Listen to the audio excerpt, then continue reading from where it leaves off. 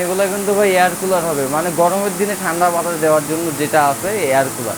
Speed গুলো দেখেন, রিমোটে of করা যাবে।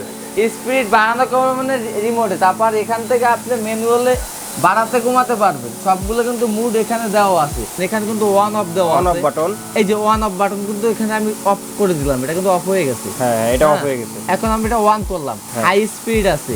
হ্যাঁ, এই যে স্পিডটা আমরা এখানে যাবো, এই হাই স্পিড মিডিয়াম আছে, দেখেন হাই স্পিডে কিভাবে চলতেছে। তারপর এখানে কিন্তু মুড দেওয়া আছে, মুডে কি আছে, ন্যাচারাল মুড আছে, স্লিপিং মুড আছে, মানে এটা হলো আপনার যখন ঘুমাবেন তখন চারো সাইডে কিন্তু আপনার হানিকম প্যাড। এখানে কিন্তু আমরা পানি দিয়ে নিচ্ছি, 18 লিটার পানি দিয়ে কিন্তু আপনারা এটা চালাতে পারবেন। দেখেন যখন কুলিং এ দিবেন তখন কিন্তু এখানে এই যে পানিটা উপরে উঠবে, এই পানিটা কিন্তু ধীরে ধীরে এই হানিকম প্যাড গুলোকে ভিজাবে। গরম বাতাসটা এই পানিতে ঢুকবে আর ঠান্ডা বাতাসটা এখান থেকে বের হবে। প্রতিদিন যদি আপনি 5 ঘন্টা সারা মাসে যদি চালান 200 টাকা আপনার বিল হইব না।